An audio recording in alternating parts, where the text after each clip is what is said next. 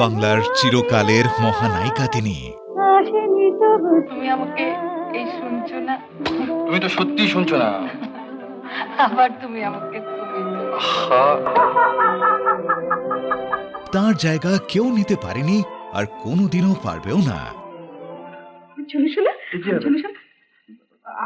আমার জন্য how lovely. তার জীবনের সবচেয়ে বড় পুরস্কার অগণিত মানুষের অকুণ্ঠ ভালোবাসা আর শ্রদ্ধা। তিনি ছিলেন, তিনি আছেন আর থাকবেন সিনেমা প্রেমী প্রতিটি মানুষের হৃদয়ে। মায়া ভরা চাঁদা রোগ মায়া বিনিরা